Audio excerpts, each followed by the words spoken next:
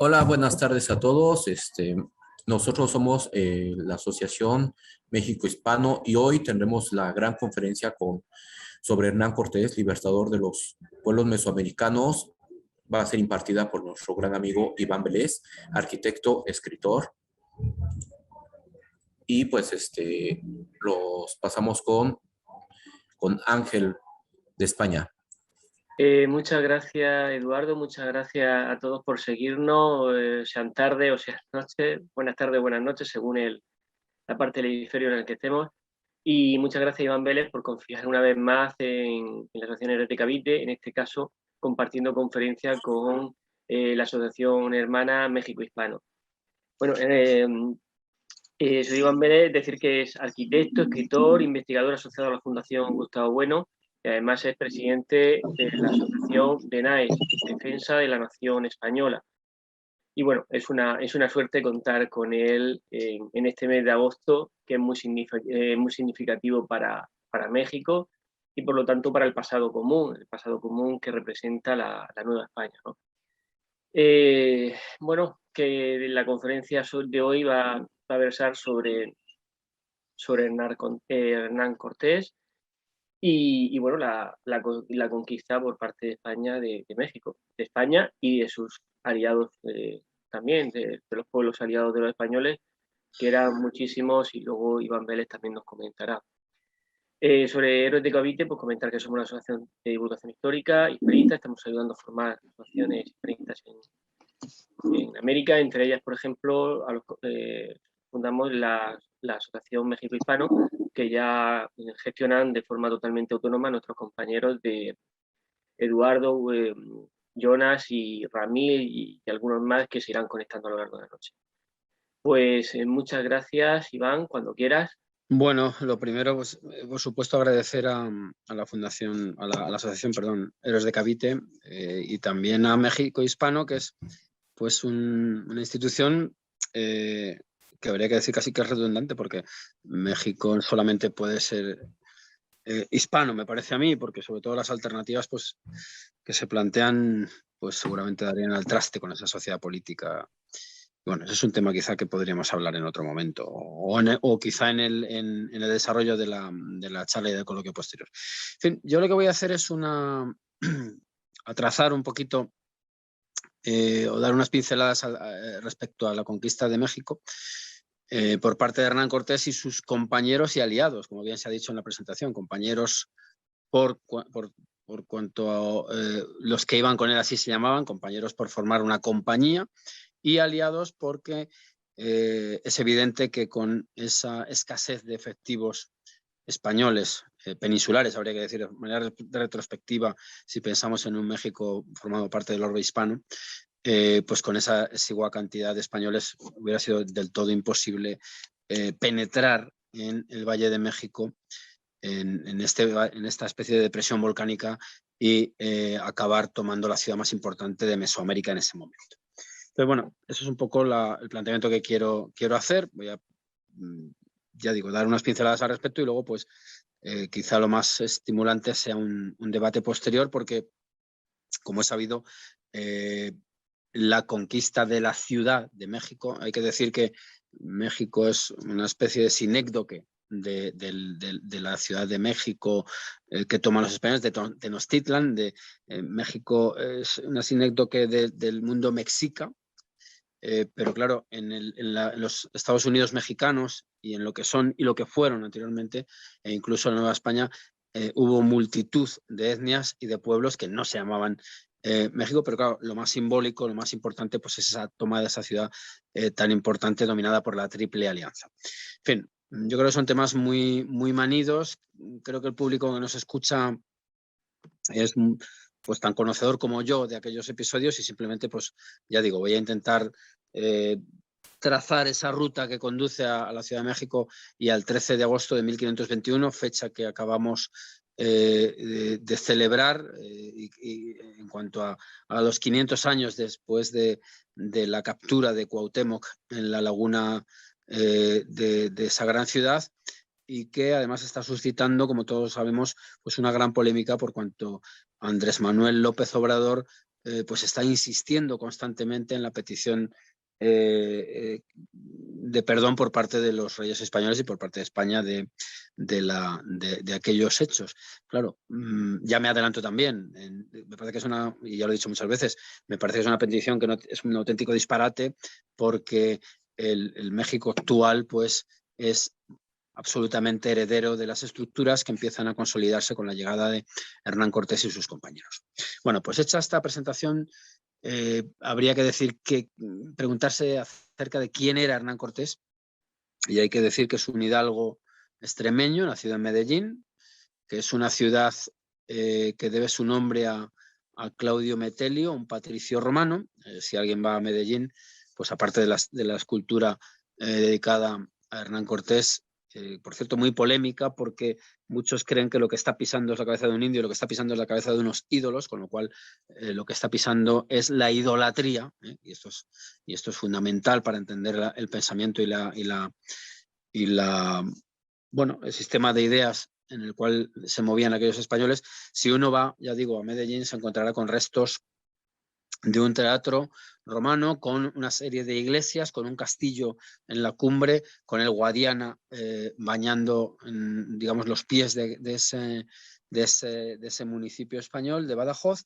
Es un Guadiana que viaja hacia el sur, es decir, hacia la puerta de lo que era América, y es un asentamiento, como digo, de origen romano, que tiene mucho que ver con Cortés y, por supuesto, con el Imperio Español. ¿Por qué? Pues porque el Imperio Español, y aquí voy a poner las cartas boca arriba, porque yo me reconozco deudor de la obra de Gustavo Bueno. El Imperio Español es un imperio generador, un imperio que incorpora a las sociedades, no por supuesto, sin violencia, ni muchísimo menos, ¿no?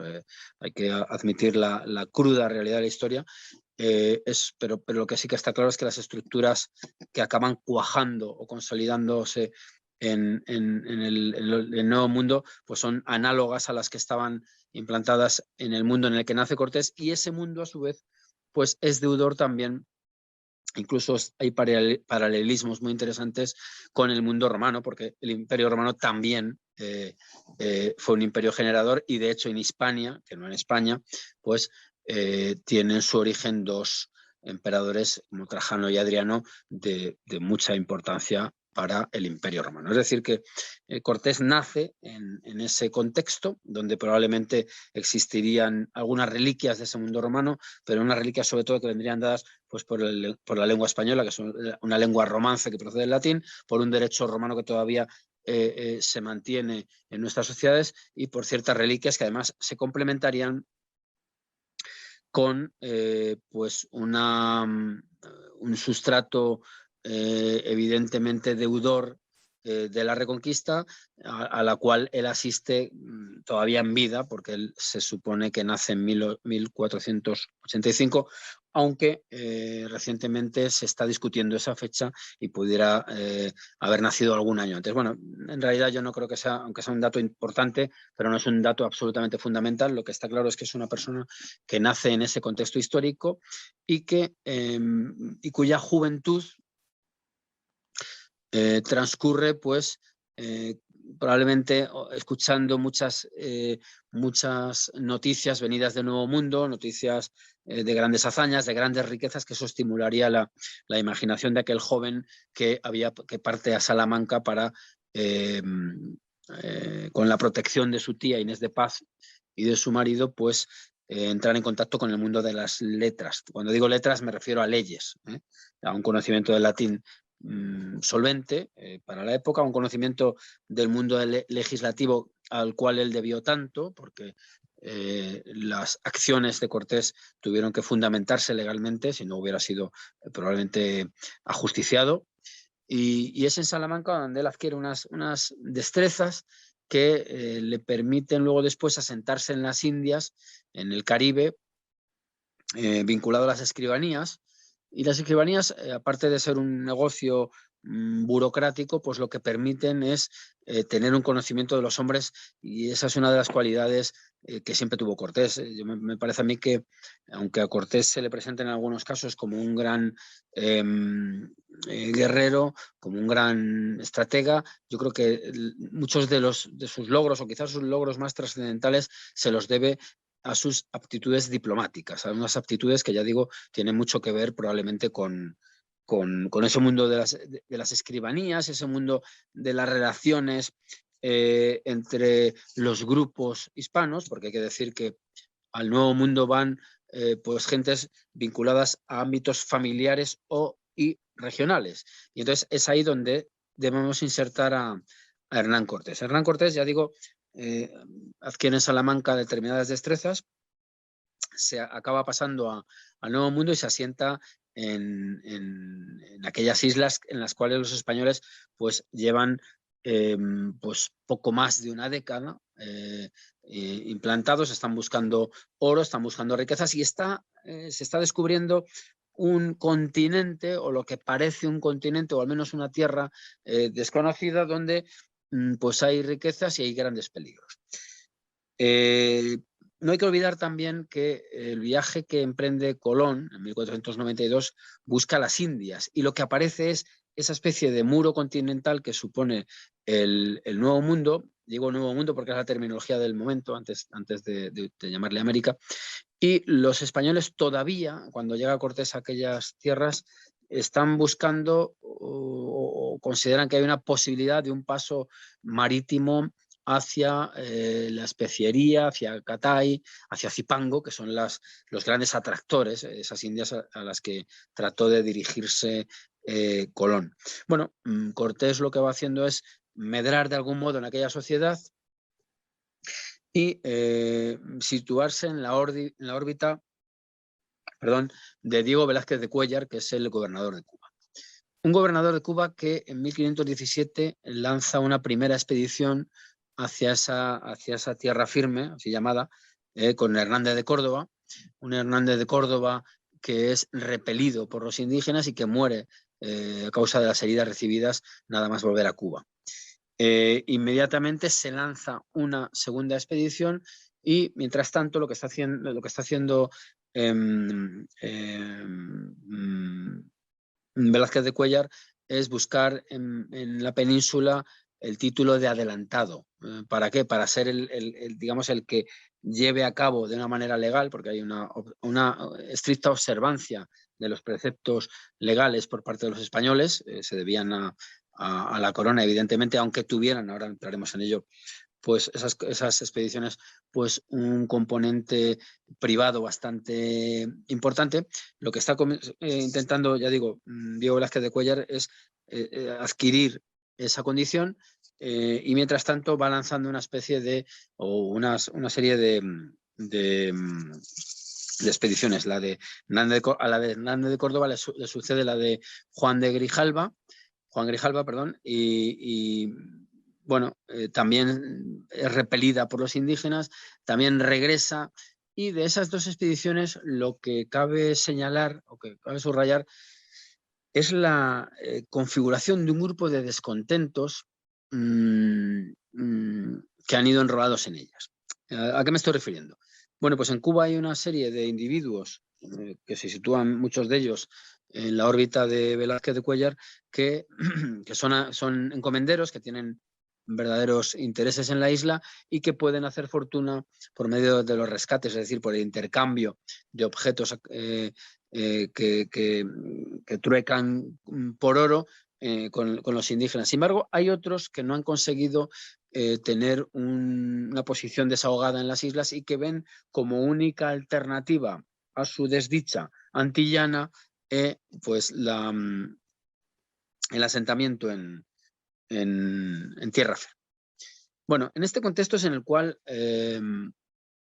Velázquez de Cuéllar se fija en Hernán Cortés para darle continuidad a esas dos expediciones anteriores.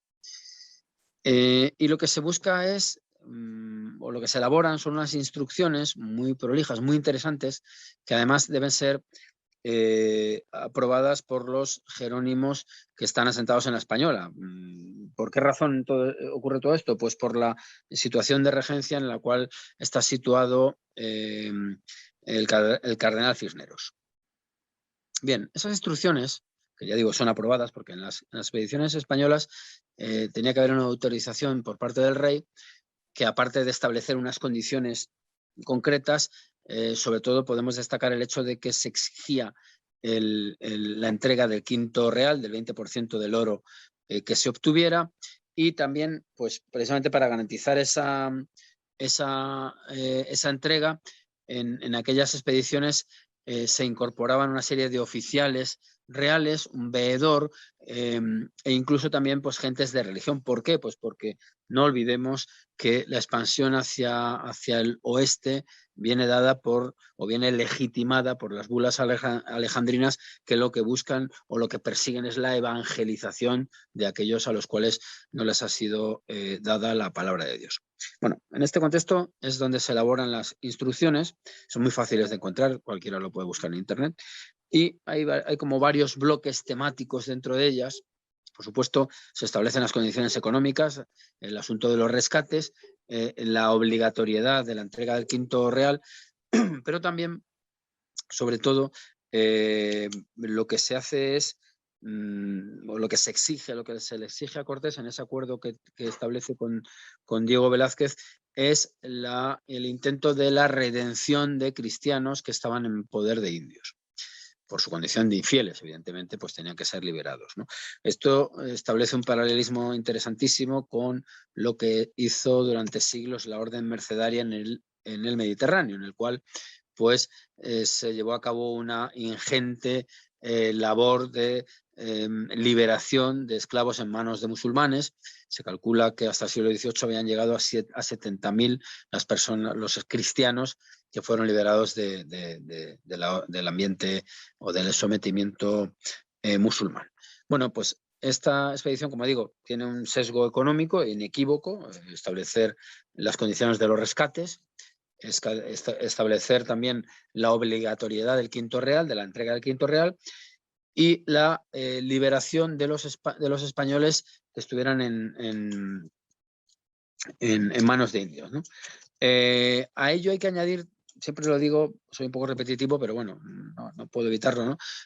También pues por el hecho de que aquellos españoles venían condicionados también por una serie de fábulas o de lecturas y de posibilidades de un mundo casi mágico, pues la indagación acerca de si había seres fantásticos, ¿no? Algo así como un eco del viaje de Marco Polo, en este caso llevado al Nuevo Mundo.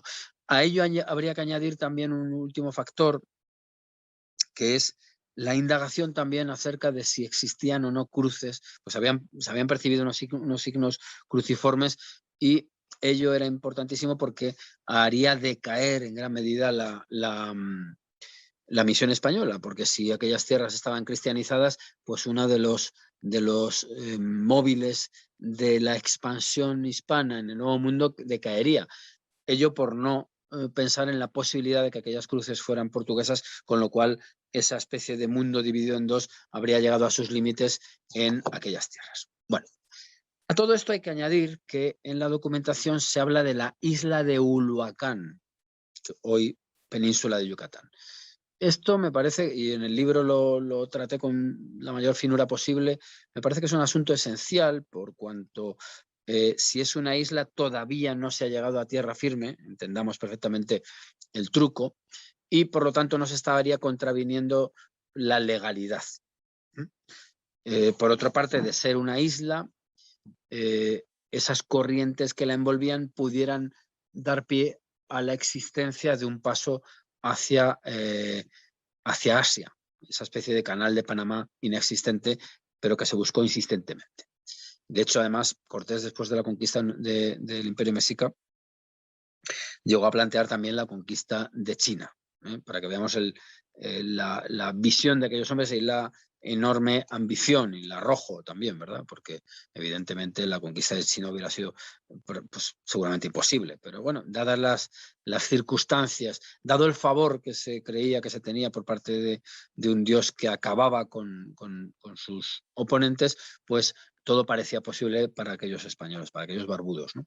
Bueno, en este contexto, Hernán Cortés lo que hace es, por supuesto, firmar esa documentación, pero a su vez manda pregonar por la isla de Cuba a la hora de la recluta, pues deja caer en esos pregones la posibilidad de poblar, es decir, de establecerse en tierra firme. Esto es muy importante porque dará pie al primer asentamiento de la primera gran crisis entre españoles. Bueno, en cuanto al aspecto económico, Cortés es también quien encarga con el mayor peso de la expedición, de la compra de los barcos, de los bastimentos y, en fin, de todas las condiciones económicas que envolvían esas operaciones, ¿verdad? Mientras que Diego Velázquez parece ser que se dedicó a comprar una serie de objetos que luego trataba de vender, o de bienes, o de objetos, a los propios españoles, porque podrían necesitarlos una vez asentados en aquellas costas. Bueno, pues con esta situación es con la cual parte Cortés. Hay, por supuesto, en las crónicas pues aspectos novelescos en los cuales no nos vamos a detener. Y la primera escala se realiza en la isla de Cozumel. Bueno, allí es donde se empieza a poner en marcha o a dar cumplimiento a las instrucciones. Se mandan por la isla una serie de papelitos, dicen las crónicas, que metidos en el caballo de unos indios. A los intérpretes, por cierto, Julianillo y Melchorejo, venidos de anteriores expediciones, desertan, pero quien aparece en aquella isla de manera inesperada es un señor llamado Jerónimo de Aguilar, que por haber estado cautivo en manos de indios, pues conocía el idioma local, conocía el maya, y por lo tanto permitía al menos la interlocución con aquellas gentes, pasando del español al maya y del maya retrocediendo al español. Bien, en aquella isla también está asentado Diego Guerrero, que rehúsa volver al orbe hispano y prefiere quedarse, porque tenía una posición importante dentro del mundo indígena, prefiere quedarse allí y no regresa. Y de hecho, además, con el paso de los años, Diego Guerrero acaba muriendo combatiendo contra los españoles. Bien, desde Cozumel se da el salto a lo que se considera isla, con mayor o menor confusión, de Uluacán, y es ahí donde se establecen los primeros contactos con aquellas sociedades con las cuales ya habían tenido un encuentro tanto Hernán de Córdoba como Grijalva.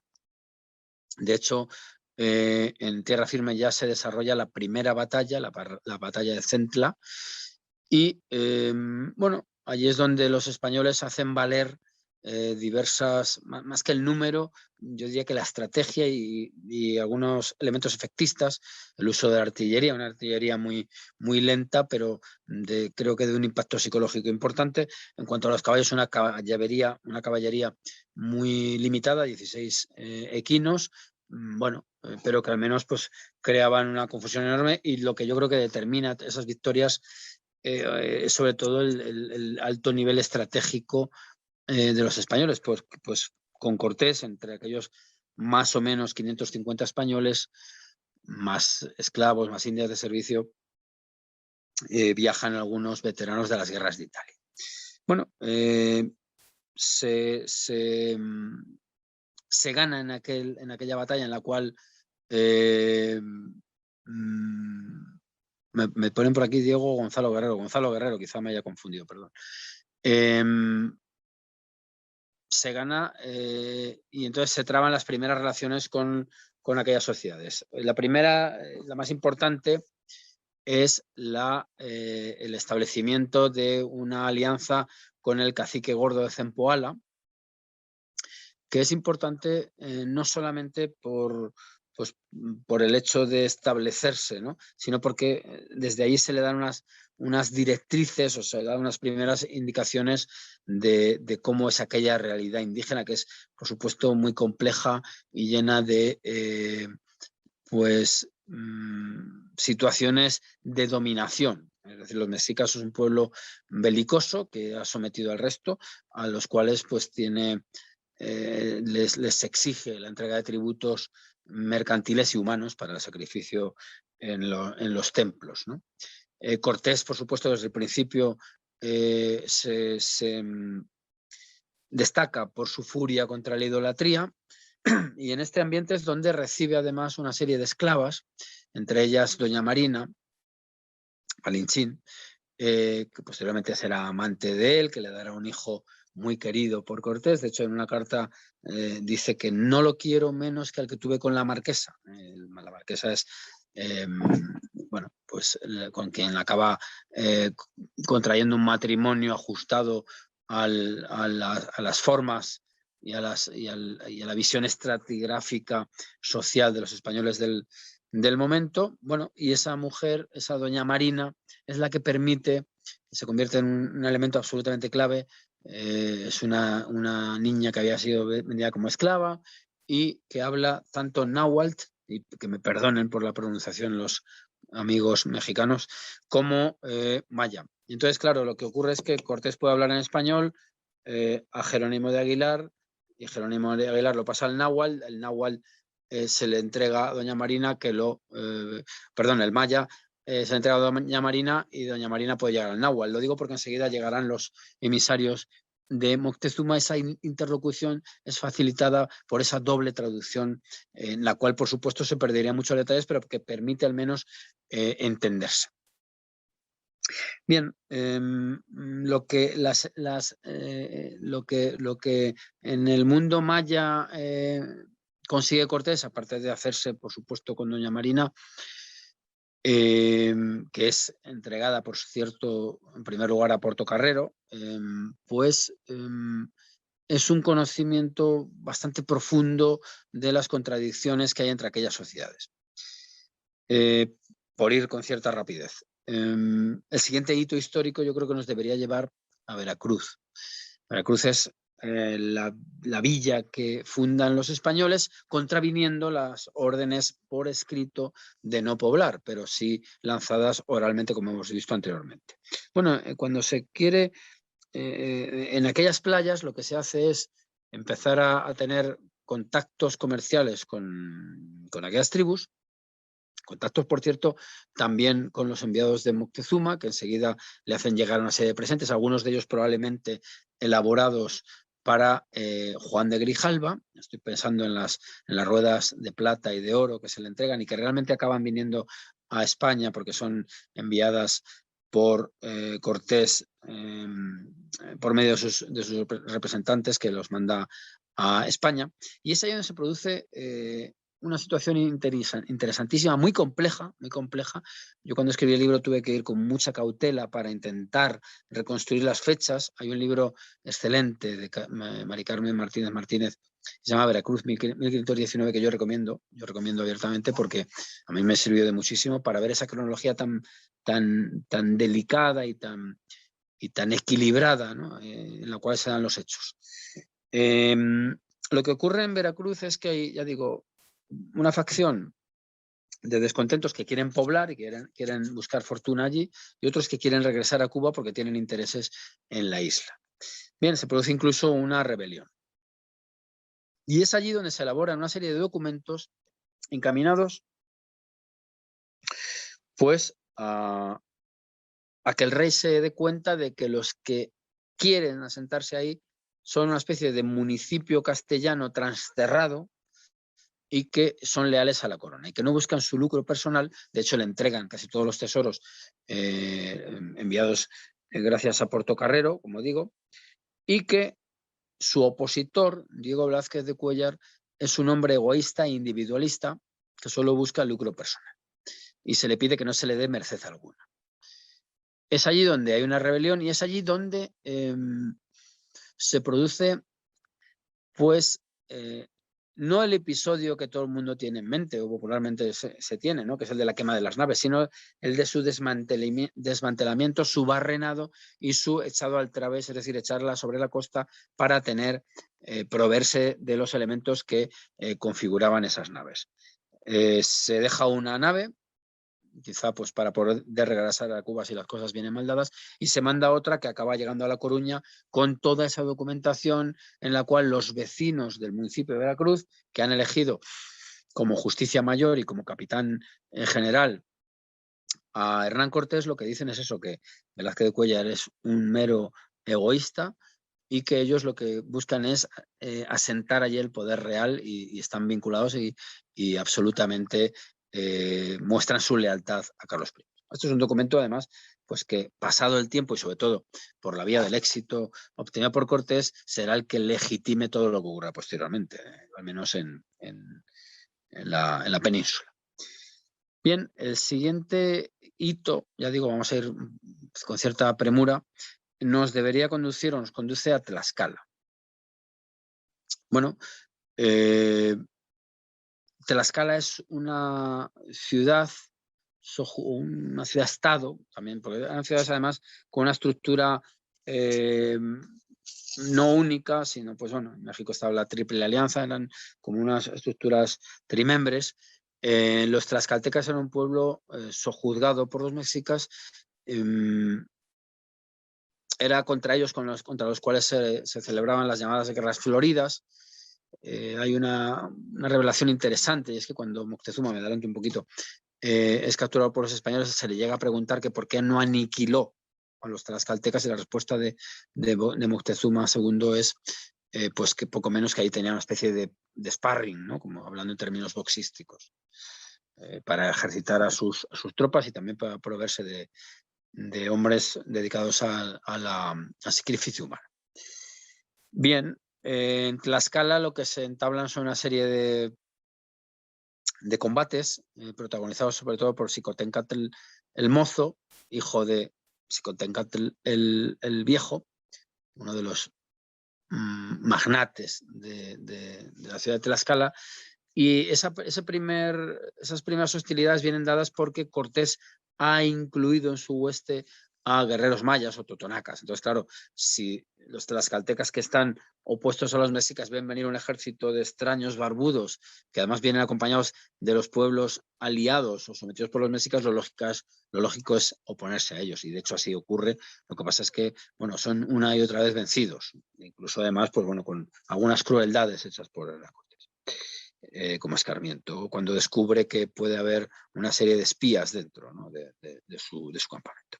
Pero finalmente el Consejo de Sabios de Tlaxcala decide o se da cuenta de que puede ser mucho más jugosa la alianza con aquellos extraños individuos que la dependencia total y la opresión mexica que están padeciendo. Aquí se produciría, por ir un poco al título de la charla que se me propuso desde Héroes de Cavite, pues esa liberación, claro, es una liberación del yugo mexica. Alguien dirá, bueno, pero se entraba en el yugo hispano. Bueno, pues probablemente también, pero ciertamente la experiencia demuestra que para los tlaxcaltecas pues el yugo hispano pesaba menos. De hecho, cuando los españoles son vencidos en la Noche Triste, la alianza se mantiene, y eso es probablemente porque las condiciones eran más favorables siendo vasallos de un extraño rey lejano del que nada se conoce, que de un Moctezuma de cuyas crueldades también se ha tenido noticia durante décadas. Bien, el siguiente punto del itinerario de Cortés. Hay que decir, por cierto, que el itinerario de Cortés, luego todos los virreyes lo reproducían. Era una especie de homenaje quizá a esa penetración en la tierra, ¿no? El siguiente punto, y un punto muy sangriento, es el de Cholula.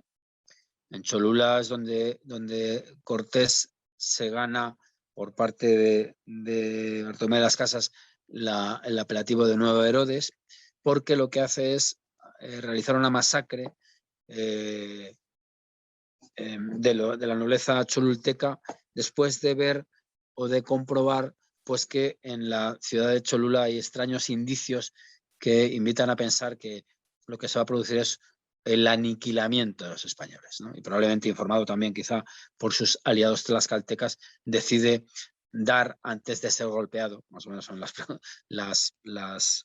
palabras que él deja en sus cartas de relación, y lo que hace es una especie de golpe preventivo que acaba con un baño de sangre, ciertamente, y que conmueve probablemente a la ciudad de Tenochtitlan. Bueno, desde su llegada a la tierra novohispana, posteriormente novohispana, en la Semana Santa de 1519, Cortés había estado recibiendo constantes embajadas mexicas, ofrecimiento de tributos y todo tipo de maniobras que buscaban frenar ese avance. Sin embargo, Cortés se mantiene muy firme y en todo momento lo que él dice es que quiere llegar a esa ciudad y quiere conocer y hacer vasallo del rey Carlos I y de su madre Juana a aquel gran señor del que le hablaba. Bueno, todos los ofrecimientos son insuficientes, Cortés no frena y finalmente Moctezuma, yo creo que con la intención o sabedor de las características de su ciudad, una ciudad en la cual podía perfectamente acabar con aquellos individuos, decide dejarle entrar. Y se produce el famoso encuentro entre Cortés y Moctezuma en las calzadas que conducen a Tenochtitlan el 8 de noviembre de 1519. Cortés entra a la ciudad, es recibido con un trato principesco, pero es sabedor de que ha habido un ataque. Aquí la cronología es muy delicada, muy discutible, muy ambigua. Ha habido un ataque en Veracruz, donde ha quedado una guarnición española, y esto da cuenta de hasta qué punto querían dejar esa puerta atrás abierta. Ha sido atacada probablemente por mandato de Moctezuma, aunque este lo niegue, y lo que se determina es capturar a Moctezuma para pues tener una especie de distinguidísimo escudo humano. Moctezuma queda dentro del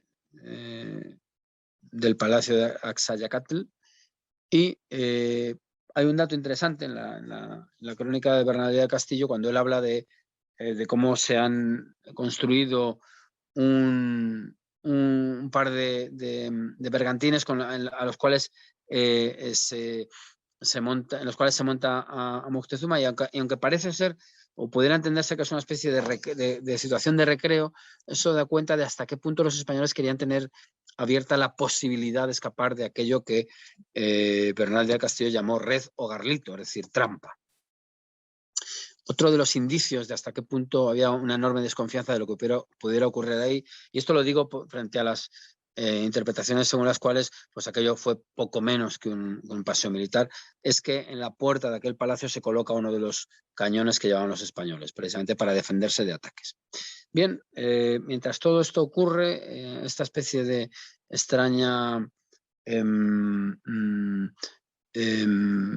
vida cortesana, se tienen noticias de que ha aparecido por la costa un conjunto de barcos a cuya cabeza va Pánfilo de Narváez, que es el enviado del adelantado Diego Velázquez de Cuéllar. Claro, Cortés lo que hace es inmediatamente salir a intentar neutralizar a aquel del que sabe que venía a cortarle la cabeza, probablemente, ¿no? Y lo que hace es Cortés sale de esa ciudad, una ciudad que contrasta por su silencio con respecto al bullicio con el cual fue recibido. Hay un cuadro, por cierto, y esto que quería mandar un recuerdo cariñoso a Juan Antonio García, que es el que ha adquirido el cuadro de Fernández Dalmau, la llegada. Bueno, pues frente a aquel bullicioso recibimiento, lo que hay es una salida muy silenciosa de Cortés, que va reuniendo a sus huestes, a aquellos capitanes que había ido enviando a diversas provincias para buscar oro y para buscar otra serie de minas y riquezas, y se dirige hacia donde está un Pánfilo de Narváez que además estaba haciendo casi lo mismo que Hernán Cortés, es decir, establecer alianzas con aquellos pueblos. La victoria se decanta del lado de Cortés, que con mucha habilidad es capaz pues de ganarse las voluntades de gran parte de sus enemigos, pero a la vuelta se encuentra Cortés con que se ha producido la gran matanza del Templo Mayor. Una matanza compleja, es el episodio más, a mi juicio, más difícil de analizar. Yo creo que lo que hace Pedro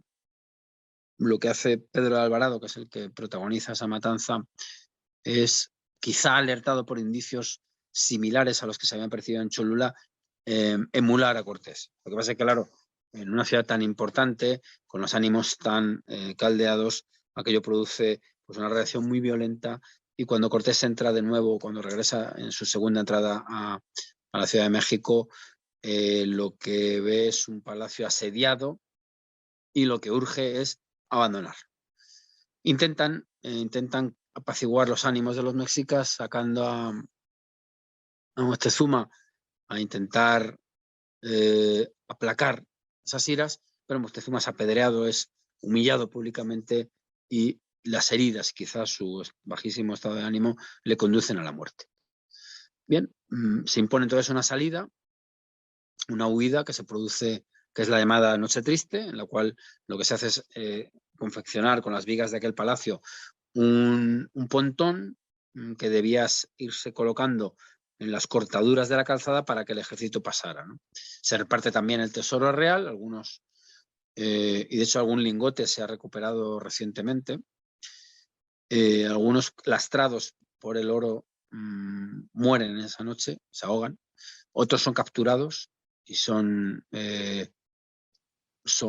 sacrificados en el templo mayor, en el templo de Huitzilopochtli, que es el dios tutelar de los indios mexicas, dios de la guerra. De hecho, son muy impresionantes las descripciones que hace Bernal del Castillo cuando habla de cómo les aserraban por los pechos a sus compañeros y sacaban el corazón bullendo, es decir, palpitando todavía, latiendo. Y los españoles pues acaban saliendo muy quebrantados de la Ciudad de México esa noche, hecho tras el cual se produce una importante batalla, que es la de Otumba, en la cual pues lo que se hace es una carga hacia el corazón del líder militar, hacia el corazón de esa hueste mexica, se le derrota y se desarbola aquella estructura militar mexica, y ello permite a los españoles volver a Tlaxcala, la ciudad aliada de Tlaxcala, donde pues Cortés elabora unas ordenanzas militares en las cuales trata de imponer un enorme rigor, trata de adiestrar también a las huestes tlaxcaltecas, y ya se produce el asalto final a la ciudad, el contragolpe. Un contragolpe que es anfibio, porque se elaboran una serie de bergantines que lo que harán es acompañar la entrada de las tropas por las vías terrestres, por las calzadas, despejando de la amenaza de las canoas el agua. Es muy bonita la imagen que se tiene o la descripción que se hace de cómo aquellas piezas que sirven para confeccionar los barcos van en una caravana a hombros de indios hasta la botadura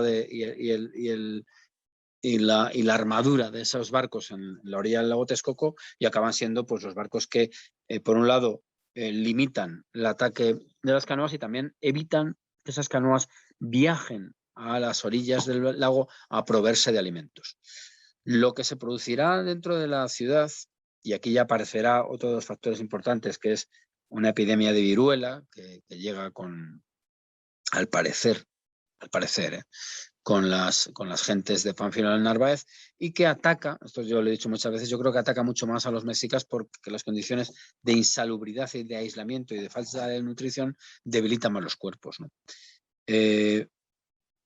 Pese a la cantidad de intentos por parte de Cortés de obtener la capitulación de la ciudad, se ve obligado a ir casa por casa, recibe algún quebranto importante, divide su ejército en tres bloques, en tres columnas, perdón, para atacar por todos los lados de la ciudad, y finalmente, y ya podemos, si queréis, pasar a un turno de preguntas, lo que ocurre el 13 de agosto de 1521 es la captura del último huey tlatoani, que es Cuauhtémoc. Evidentemente, ya lo he dicho también muchas veces, el 14 de agosto aquella realidad no había cambiado de una manera sustancial. Las estructuras prehispánicas se mantenían y se mantuvieron durante mucho tiempo por muchas razones, evidentemente prácticas. Cortés no parará, pero ese será su cénit histórico.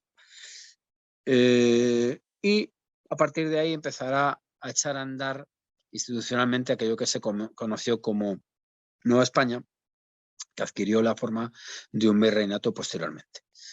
Cortés obtuvo el marquesado del Valle de Oaxaca, 23.000 vasallos, unas enormes rentas, y, como es bien sabido, murió finalmente en España en un intento de regreso, antes de cumplir, su deseo de regresar a aquel su marquesado y ser enterrado allí como permanece. Así que bueno, yo creo que más o menos esta sería una aproximación quizá supersónica, pero vamos, que da cuenta creo que de todos los aspectos de aquella conquista de la cual hemos celebrado 500 años hace 15 días. Así que bueno, pues si les parece bien, pues me pongo a su disposición para preguntas o discusiones.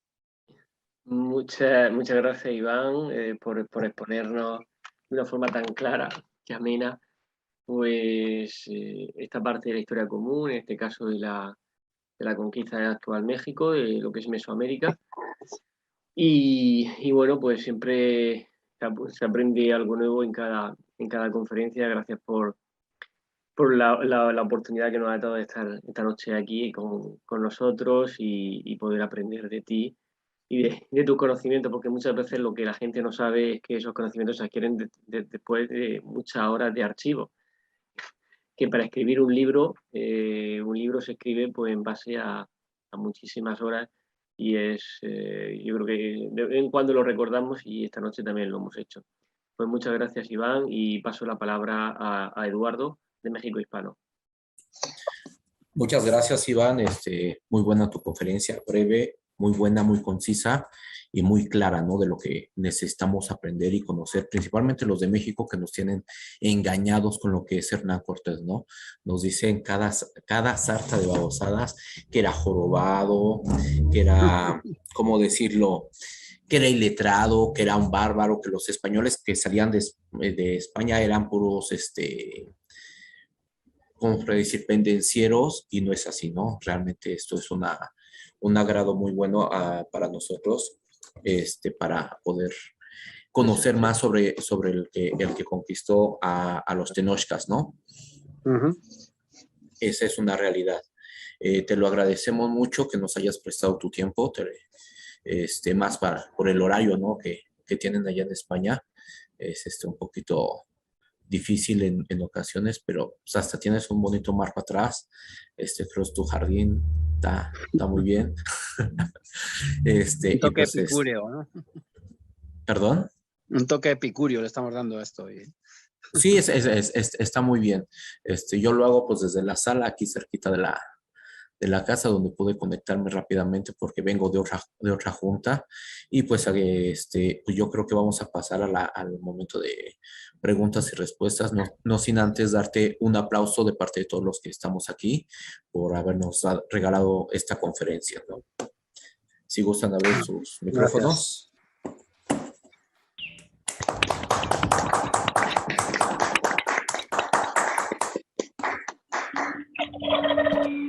Bueno, siendo así,